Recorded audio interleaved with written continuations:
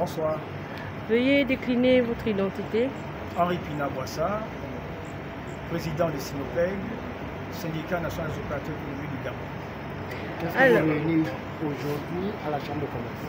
C'est notre 4e anniversaire et notre entrée syndicale, tout simplement, sur le thème restaurer la confiance entre les opérateurs économiques et les pouvoirs. Alors, Monsieur le Président, vous avez évoqué un certain nombre de problèmes et difficultés auxquels les commerçants font face. Pour ça, vous avez invité plusieurs parties prenantes afin de trouver des solutions. Que préconisez-vous? Notre vision, c'est de ramener la confiance entre les opérateurs économiques et les pouvoirs publics par une restauration des valeurs. Qu'est-ce que ça signifie? Aujourd'hui, l'opérateur économique a été toujours négligé, laissé pour compte. Mais nous pensons, comme dans nos pays, comme le Nigeria, le Cameroun, les opérateurs économiques sont plus ou moins considérés. Ils sont plus considérés que même les politiciens. Voilà, parce que ce sont eux qui font la chose de l'économie dans un État. C'est notre vision, c'est notre bataille. Parce que aussi nos pays, il n'y a pas de droit sans pouvoir. De manière concrète, qu'entendez-vous par considérer? Considérer, c'est-à-dire que nos revendications soient prises en compte. Que nous ayons une oreille attentive pour nous écouter lorsque nous voulons nous exprimer. Parce qu'ici au Gabon, tout le monde est capitaine, tout le monde est patron. Et à la fin, nous n'avons jamais de réponse pérenne. C'est toujours, bon, on va voir, bon, il est occupé, on va vous appeler. Et ça, nous sommes fatigués. Si nous voulons restaurer les choses dans ce pays et avancer, nous avons besoin d'une oreille attentive. Bien avant le CTRI, qu'est-ce qui vous a motivé à faire partie d'un syndicat des commerçants? Parce qu'en tant que commerçant, en tant qu'opérateur économique, mes camarades et moi, nous sommes convaincus. Nous avons compris qu'en effet, il y a tellement de problèmes. Il faut que nous nous mettons collectif pour faire porter nos revendications. C'est ce qui nous a motivés. Parce que c'est un cadre conseillé par les autorités. Au lieu de se plaindre tout azimut dans les rues, avec des pancartes et insulter les gens, nous sommes pas dans cette logique. 4 ans d'existence, 4 ans de vie. Quelles ont été vos difficultés pour que vous puissiez arriver jusqu'à aujourd'hui? Et quelle est la préconisation de l'avenir du Sinopeg? La difficulté, c'est lié au fait que les pouvoirs publics n'écoutent pas, ne nous écoutent pas. Nous sommes des partenaires sociaux. En tant que partenaires, nous avons droit aussi à la parole. Nous avons droit à contribuer à la chose sociétale de notre pays. Mais nous constatons malheureusement que les décisions sont prises au détriment de ceux qui font l'économie de ce pays. Donc, c'est ce qui m'attriste énormément.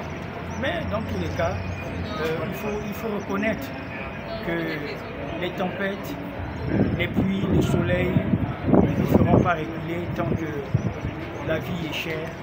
Nous allons toujours chercher des solutions. Heureusement, nos cris venant de nos entrailles ont permis à Dieu d'apporter une solution par le CTRI.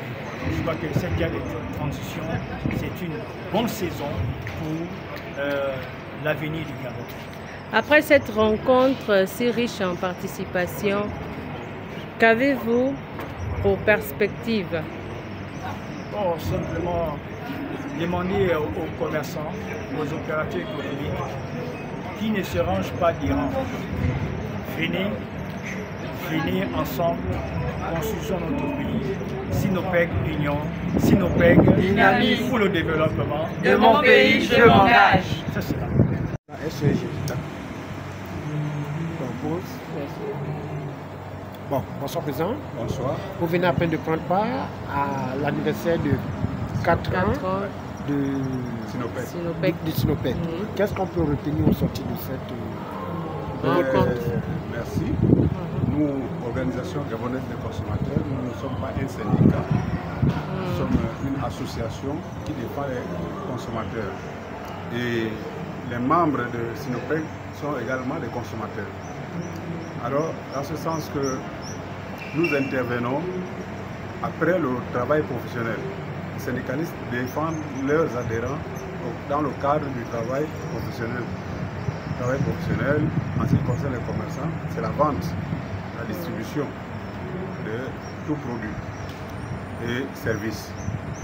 Et donc, nous sommes là en tant que partenaires. Et nous nous réjouissons du fait que le syndicat travaille bien, en jugé par l'organisation et les interventions de ses membres. Donc nous pensons qu'il y aura maintenant une collaboration. La thématique développée cet après-midi par le syndicat s'intitule « Donner confiance entre les syndicats et les pouvoirs publics ». Donc j'espère que les deux partenaires vont s'entendre parce que les deux luttent pour le bien-être, en faveur du bien-être des populations, des citoyens. Monsieur, est-ce que ce phénomène est lié à la hausse des prix? Est-ce que si jamais certaines revendications sont mises à plat, est-ce que le coût de vie va baisser au Gabon? Oui, bien sûr. Nous sommes dans une situation qu'on appelle la concurrence. Et dans la concurrence, c'est la loi de l'offre et de la demande.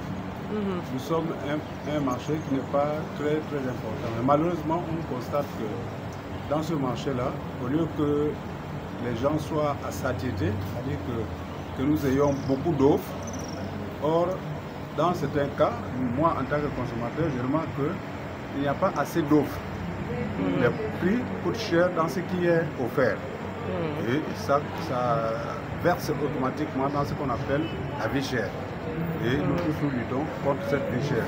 Mais pour que les prix redeviennent accessibles à tout le monde, il faut effectivement qu'il y ait beaucoup d'offres et que ces offres-là soient encadrées. Parce qu'il ne faut pas aussi qu'on nous apporte des offres qui vont empoisonner nos vies. Voilà. Donc, dans ce sens, l'État, les services, les pouvoirs publics sont interpellés. Nous, associations de consommateurs, nous sommes intermédiaires entre les populations, les opérateurs économiques et les pouvoirs publics. Et donc, c'est à ce niveau-là où nous demandons effectivement la participation de tous les citoyens. Parce que pour que l'association de consommateurs puisse jouer efficacement son rôle, il faut plusieurs personnes. D'où l'appel ces derniers temps des consommateurs, des populations, pour que ceux qui ont perdu les effets suite aux perturbations du courant électrique de la SCG, c'est-à-dire les hausses et les baisses brutales du courant électrique qui viennent endommager les appareils électroménagers en notre possession, puissent venir nombreux, ceux qui sont victimes, venir nombreux, s'inscrire afin que nous fassions bloc pour que l'assureur de la SCG puisse rembourser les effets endommagés. Alors pour cela, nous avons lancé un appel. La SCG a fait un contre-appel ou bien un appel qui fait confusion dans ce sens que la SCG a eu à dire qu'il faut que certaines personnes se munissent des factures et des photos. Nous disons non, on ne peut pas avoir des factures pour tout le monde. Certains auront des factures, mais il suffit que les représentants de l'assurance viennent regarder sur le terrain si les appareils incriminés existent. Et il suffit que la SCG, les agents de la SCG viennent également sur le site pour constater effectivement qu'ils ont tort et ce sont eux qui reconnaissent leurs responsabilités. Parce que lorsque les populations souscrivent à la SCG, c'est un abonnement individuel. Et donc dans ce contrat, il n'y a pas cette mention qui dit que lorsque il y aura un sinistre, vous devez apporter les factures. Il n'y en a pas. Et par ailleurs, lorsque vous recevez par exemple votre appareil électroménager par donation, si c'est un don, la personne qui vous donne l'appareil peut-être ne vous a pas donné aussi la facture. Vous pouvez aussi être héritier des appareils électroménagers de vos parents décédés. et que vous ne disposez pas donc de factures. Allez-vous faire pour retrouver les factures? Donc il y a tout ça. L'important c'est que la SEEG reconnaisse qu'à cause de leur courant électrique, les appareils ont été endommagés, abîmés et qu'ils doivent rembourser. C'est un principe du droit qui cause du tort à autrui, doit le réparer. Donc c'est ce que nous demandons et on demande la participation de tout le monde. On sait pourquoi on le demande. Pour être fort, il faut être unis. Et l'ensemble des personnes victimes, si ces personnes-là se présentent et qu'on amène tous les dossiers à la SCG, tout le temps que la SCG aura remboursé, ça va pousser aussi à la SCG d'améliorer ses prestations. Et c'est pour le bien de tout le monde. Si les clients de la SCG sont satisfaits, la SCG aussi va être prospère. Parce qu'il y a aussi des gens qui fraudent le courant et qui fraudent de l'eau. Voilà. Donc tout ça, en ayant en face des personnes qui payent régulièrement leur courant et qui sont victimes de perturbations électriques, si vous réparez, la confiance revient.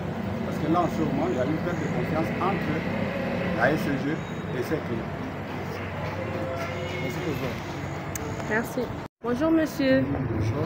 Présentez-vous à la presse. Alors, je suis monsieur Rodolphe. Je représente le délégué spécial en charge de la commune de Libreville, le général de brigade Ibrahim Jude Rapouchou, qui a été convié à assister au 4e anniversaire du syndicat national des opérateurs économiques du Gabon. Alors vous avez été invité à participer à cette rencontre. Quel est le rôle de la mairie dans le développement des entreprises commerciales?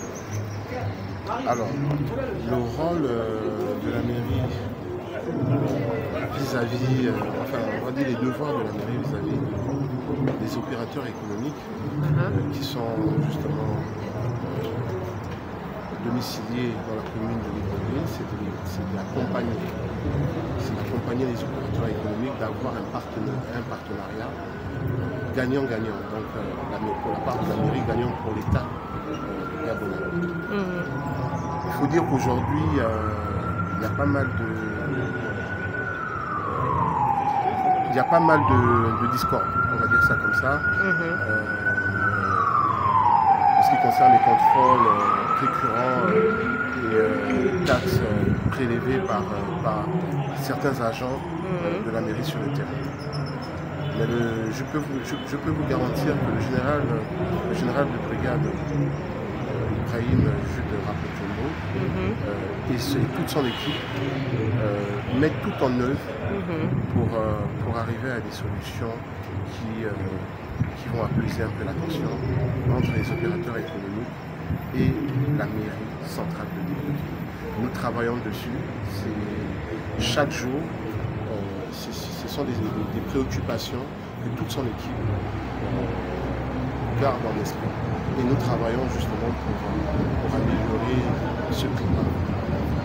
Et quel est le message à donner aux commerçants qui ont toujours été, qui ont toujours eu à taxer les agents municipaux qui viennent prélever des taxes, des voleurs? Voilà, moi ce que je pourrais recommander à tous les opérateurs économiques exerçant dans la commune de Libreville, pourquoi pas dans les autres communes, c'est déjà d'être prudent, déjà d'avoir un esprit de vigilance. Parce que toutes les personnes qui se présentent devant elles ne sont pas forcément des agents assermentés de la mairie. Déjà, c'est leur droit de demander l'identité des contrôleurs. Donc ce serait déjà un bon début.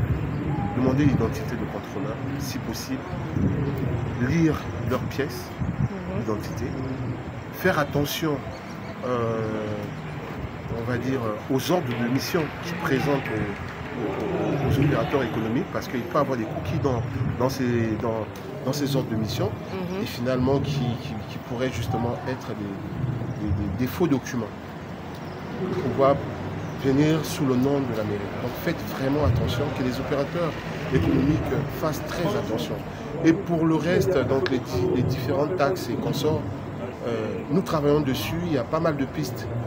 Nous travaillons avec les autres institutions de l'État, avec le gouvernement de la transition, justement pour arriver à simplifier la tâche aux opérateurs économiques parce qu'ils participent à l'économie du Gabon, ils participent au développement du Gabon. Donc il est tout à fait naturel que nous puissions avoir un partenariat gagnant-gagnant. Merci. Je vous en prie. Merci.